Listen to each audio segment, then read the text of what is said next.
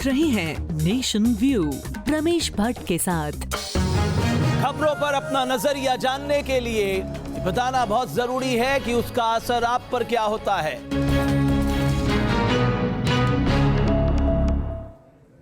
उत्तर प्रदेश के एटा में दिल दहला देने वाला हादसा हुआ। स्कूली बस 12 बच्चों के लिए मौत बनकर आई है। बस और ट्रक की भिड़ंत में 12 बच्चों समेत 13 लोगों की मौत हो गई, जबकि इस हादसे में 30 से ज्यादा बच्चे घायल हो गए, जिनमें कई मासूम बच्चों की हालत गंभीर बनी हुई है।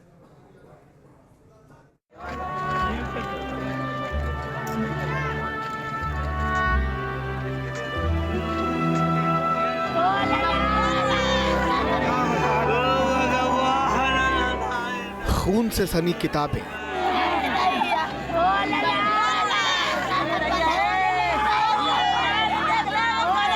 बिखरे पड़े बस्ते। वो घर से चले थे तालीम की रोशनी लेने, लेकिन मौत के अंधेरे में गुम हो गए। गुरुवार गमगीन कर गया। एटा से आई खबर ने दिल दहला दिया। मासूमों को स्कूल ले जा रही बस ट्रक से भिड़ गई और जिन बच्चों की मंजिल स्कूल थी वो लहूलुहान हो गए। कुछ अस्पताल पहुंच गए और कुछ वहां जहां से कोई लौट कर नहीं आता। सुबह हादसा ऐसा हुआ है कि बस जा रही थी सारे बच्चों को लेके और उधर से ट्रक आ रहा था, वो बारूद से भरा हुआ था। जब वो जा रहे थे तो बीच में 3 साइकिलें बच्चे और आ रहे थे पढ़ने के लिए, तो उन्हें बचाने के चक्कर में जो बस वाले ने उससे भिड़ गया। उन्हें बचाने के चक्कर में तो ट्रक भी पलटा। जब ट्रक पलटा है तो वो तीनों बच्चे साइकिल में वो दब गए। हादसा शहर के अलीगंज इलाके के पास हुआ। बताया जा रहा है कि कोहरे की वजह से दोनों ड्राइवर गाड़ियों को देख नहीं पाए और टक्कर हो गई। अब परिवार वाले गम के सागर में डूबे हैं। नौनिहालों को खो देने के बाद चारों ओर चीख पुकार मची है, तो दूसरी ओर प्रशासनिक अमला हादसे की वजह तलाशने में जुटा है। उन दोनों का आपस में आज हेड ऑन कॉलिजन हुआ है, जिसके कारण बस के ड्राइवर के साथ साथ बच्चों की भी मृत्यु हुई है। कुल मिला के हमारे पास अभी 13 का आंकड़ा मौजूद है कंफर्म्ड, और ट्रक का ड्राइवर भी काफ़ी सीरियसली इंजर्ड हुआ है, वो भी हॉस्पिटलाइज्ड है। हादसे की गूंज एटा से लेकर लखनऊ और लखनऊ से दिल्ली तक सुनाई दी। प्रधानमंत्री नरेंद्र मोदी ने ट्वीट कर इस हादसे पर गहरा दुख जताया है। उत्तर प्रदेश के एटा जिले में हुई दुर्घटना से मैं दुखी हूँ। मैं शोक संतप्त परिवारों के दर्द को समझता हूँ और मासूम बच्चों के प्रति शोक प्रकट करता हूँ। नौनिहालों को खो देने का गम चारों ओर है, लेकिन माता पिता की पथराई आंखें तो गुनहगारों को ढूंढ रही हैं। आखिर कौन है उनके लाडलों की मौत का जिम्मेदार? ये कुदरत का सितंभर है या फिर इसके पीछे है लापरवाही? एटा से विनीत दुबे के साथ टीम न्यूज़ नेशन। आज एक ही सवाल से हर कोई पूछ रहा है, एटा में हादसे का जिम्मेदार कौन है? 13 जिंदगियां किसकी चूक की वजह से फना हो गई? न्यूज़ नेशन ने भी इन सवालों के जवाब को जानने की कोशिश की। इस हादसे में सबसे बड़ी लापरवाही स्कूल प्रशासन की तरफ से आ रही है। आरोप है कि प्रशासन द्वारा छुट्टी घोषित किए जाने के बाद भी स्कूल खुला था, और खबर है कि इसी लापरवाही की वजह से प्रशासन ने आरोपी स्कूल की मान्यता रद्द कर दी है।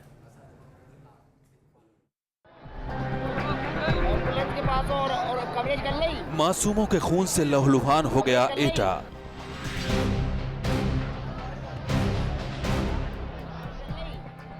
एक स्कूल बस बन गई मौत की बस। कौन है मासूमों की इन मौतों का गुनहगार? एटा हादसे में 12 मासूम जिंदगियों समेत 13 लोगों ने दम तोड़ दिया और बुझ गया 13 परिवारों का चिराग। इस हादसे ने कई परिवारों को ऐसा दर्द दिया है जो शायद ही कभी मिट पाए। यूपी की सरकार ने इस मामले की जांच के आदेश दे दिए हैं, लेकिन क्या इस जांच से सच सामने आ पाएगा? क्या इस जांच से दूध का दूध और पानी का पानी हो पाएगा? क्योंकि जो हादसे के पीछे तथ्य सामने आ रहे हैं वो बेहद ही चौंकाने वाले हैं।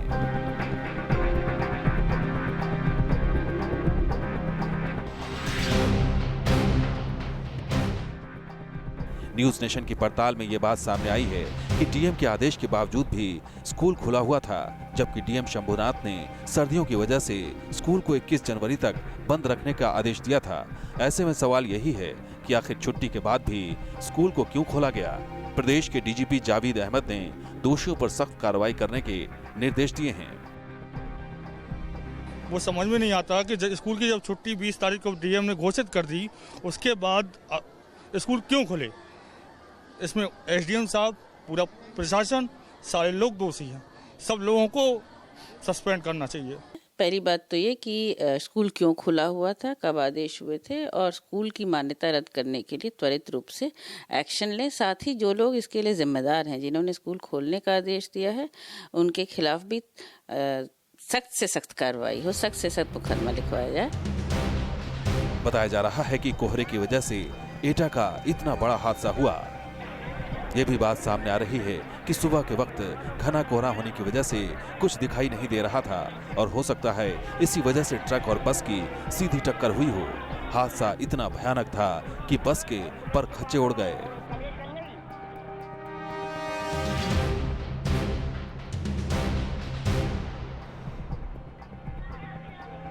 एटा के इस हादसे के बाद एक सवाल ये भी उठ रहे हैं कि आखिर इस हादसे का जिम्मेदार कौन है, बस में सवार ड्राइवर या फिर ट्रक का ड्राइवर। हालांकि इस हादसे में स्कूली बस के ड्राइवर की भी मौत हो चुकी है।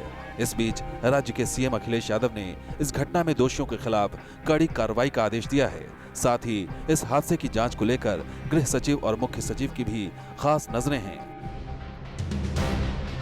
जांच में चाहे जो भी नतीजा निकले, लेकिन उन परिवारों का दर्द कैसे कम होगा जिन्होंने इस हादसे में अपने मासूम बच्चों को खो दिया है। एटा से विनीत दुबे के साथ टीम न्यूज नेशन। और अब खबर पंजाब के दंगल से। अपने गुरु यानी नवजोत सिंह सिद्धू जब बोलते हैं तो अच्छों की बोलती बंद कर देते हैं, लेकिन गुरु खामोशी में भी सियासी मैसेज देने के माहिर हैं। ये अमृतसर में उनके और कैप्टन अमरिंदर सिंह की ज्वाइंट प्रेस कॉन्फ्रेंस में पता चल गया।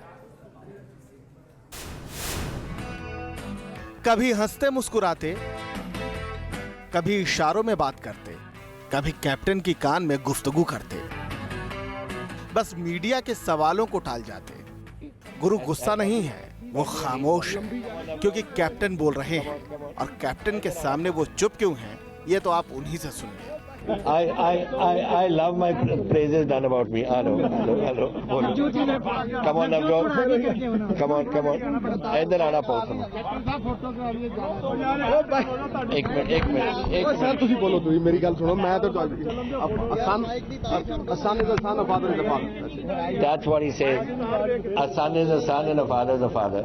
So what can, if a son praises, says things in praise of his father, it's what do you call it, nepotism? वैसे इन दो सियासी दिग्गजों के इकट्ठा होने का इंतजार काफी दिनों से था। सिद्धू कांग्रेसी तो हो गए, लेकिन कैप्टन के साथ अब तक सामने नहीं आए थे। तो सवाल उठने लगे कि क्या कैप्टन को सिद्धू का आना पसंद नहीं। लेकिन अमृतसर में सिद्धू सिर्फ साथ नहीं आए, अमरिंदर की कप्तानी भी कबूलते दिखे। वो चुप बैठे रहे, मीडिया के हर सवाल का जवाब अमरिंदर देते रहे। और मजाक में ही सही, अमरिंदर ये भी बता गए कि पंजाब में कप्तानी उन्हीं की चलेगी। I'm his wicket keeper. Huh? Can you say that again and just... I said I'm his wicket keeper. How is your relationship as the wicket keeper and What? batsman or captain, whatever? Well, I'll catch him in the slicks. It's very slicks. And I'm the umpire. सियासत में ना मुलाकात यूं होती है, ना बात यूं होती है। बस नए कांग्रेसी हुए सिद्धू को कार्यकर्ता भी कांग्रेसी मान ले, इसके लिए शायद ये मुलाकात बेहद जरूरी थी। और इसीलिए इस सियासी साथ से दोनों ने बड़ी सफाई से एकजुट होने का संदेश दिया, कार्यकर्ताओं को भी और मतदाताओं को भी। अमृतसर से राजेश गिल के साथ टीम न्यूज नेशन। तो पंजाब में चुनाव का कोहराम है, तो दिल्ली में सीबीआई को लेकर सियासी कोहराम मचा है। दिल्ली के डिप्टी सीएम मनीष सिसोदिया के खिलाफ सीबीआई जांच का मामला गर्म हो चुका है और अब इस मामले में आम आदमी पार्टी मुखर हो गई है। देखिए रिपोर्ट। कई महीनों की खामोशी के बाद आम आदमी पार्टी फिर से विवादों की जद में है, अपने दो नेताओं के खिलाफ सीबीआई जांच को लेकर। और ये नेता हैं दिल्ली के डिप्टी सीएम मनीष सिसोदिया, जिन पर सोशल मीडिया में चलाए गए कैंपेन टॉक टू एके में नियमों के उल्लंघन और अनियमितताओं के आरोप लगे हैं, जिनकी जांच के लिए सीबीआई ने दिल्ली सचिवालय पहुंचकर दस्तावेज जुटाए। सिसोदिया ने आरोपों को फर्जी बताया है और बिना किसी डर के जांच का सामना करने की बात कही है। सारा देश जानता है ये कार्रवाई क्यों की गई है। पंजाब हम लोग जीत रहे हैं, गोवा हम लोग जीत रहे हैं, इनसे यूपी नहीं जीता जा रहा, मुझे लग नहीं रहा कि अब इनका कोई राजनीतिक भविष्य बचा है। तो अब ये बौखलाहट में कुछ भी कर दे रहे हैं, मतलब बौरा गए जिसे कहते हैं ना हम लोग। मनीष जी, एक साथ में तीन ऐसे जो जैसे आपका है, सौम्या जैन का है, दूसरी बात स्वाति मालीवाल, एक साथ में। इसीलिए तो मैंने कहा है कि मोदी जी आइए, मैदान में आइए, आपको पता चलेगा कि आपने किससे पंगा लिया है। एक और आप नेता सत्येंद्र जैन पर आरोप है अपनी बेटी सौम्या जैन को मोहल्ला क्लिनिक योजना में सलाहकार नियुक्त करने को लेकर अनियमितताएं करने का, जिसकी जांच भी सीबीआई करेगी। सिसोदिया की तरह जैन भी आरोपों को खारिज कर रहे हैं। उसने जो 3 महीने काम किया था उसकी कोई सैलरी नहीं ली, किसी तरह के पर्क्स नहीं लिए, कोई सुविधा नहीं ली है। और वहाँ पे शायद लिख रहे हैं कि ट्रेनिंग के ऊपर 1,15,000 खर्च किए गए, वो भी गलत है बिल्कुल।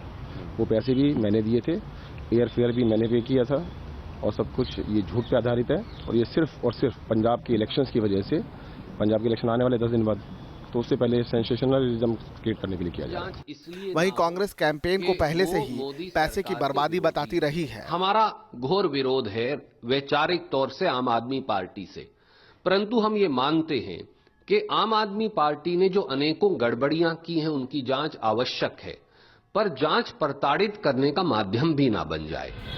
बीजेपी ने कैंपेन को स्क्रिप्टेड बताया था और कार्रवाई को कानून के तहत बता रही है।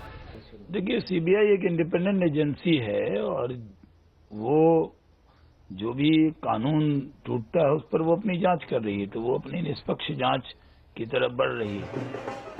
दिल्ली की जनता से जुड़ने का ये अभियान ऐसे वक्त में विवादों में घिर गया है जब कई राज्यों में विधानसभा चुनाव होने हैं और 2 जगह आम आदमी पार्टी भी मैदान में है। मनीष सिसोदिया और सत्येंद्र जैन दोनों ही दिल्ली सरकार में बेहद खास मंत्री माने जाते हैं। अब इन दोनों ही मंत्रियों पर सीबीआई जांच की गाज गिरना सरकार के लिए मुसीबत बढ़ा देने जैसा है। सरकार की परेशानी ये भी है कि पंजाब और गोवा जैसे चुनाव सिर पर हैं और सरकार से जुड़े ज्यादातर लोग इन चुनाव में इस वक्त व्यस्त हैं। ऐसे में सरकार इस मुसीबत से निपटने की खास रणनीति नहीं बना पा रही है। वीडियो जर्नलिस्ट राकेश रावत के साथ दीपक सिंह रावत, न्यूज़ नेशन, दिल्ली। गुरुग्राम में एक सीईओ की दबंगई सामने आई है। आरोप है कि एक शख्स को उसने सीईओ और उसके बाउंसर ने बुरी तरह पीटा, उसकी पैंट उतार गई। पीड़ित युवक मणिपुर का रहने वाला है और कंपनी ने उस पर डाटा चोरी करने का इल्जाम लगाया था।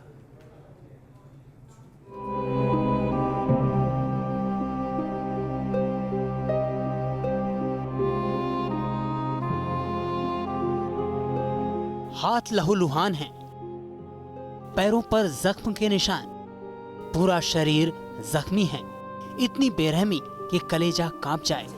तस्वीरें साइबर सिटी गुरुग्राम से आई हैं। मणिपुर के रहने वाले इस युवक ने अपनी कंपनी के सीईओ पर दबंगई का आरोप लगाया है। इसका कहना है कि डेटा चोरी का झूठा आरोप लगाकर इसकी पिटाई की गई। लोहड़ी के दिन जब ये ऑफिस गया तो कंपनी के सीईओ ने पहले अपने केबिन और फिर स्टाफ के सामने इसे बुरी तरह पिटवाया।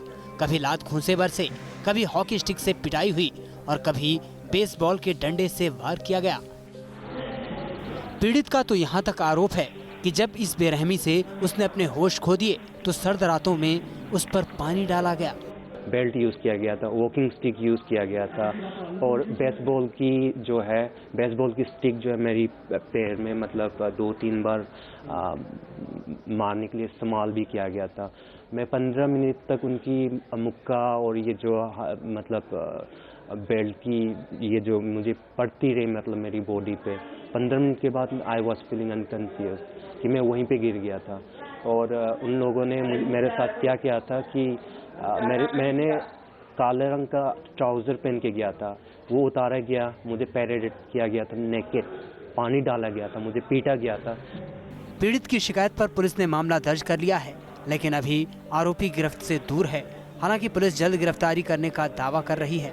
कंपनी की तरफ से कोई शिकायत नहीं आई है। बाद में जब इसने बताया था कि यूं मार पिटाई हुई है, इस पे ये नॉर्थ ईस्ट का लड़का है, मणिपुर का रहने वाला है और इसके साथ मार पिटाई हुई है। गुरुग्राम से आई तस्वीरें सभ्य समाज पर सवाल खड़े कर देती हैं।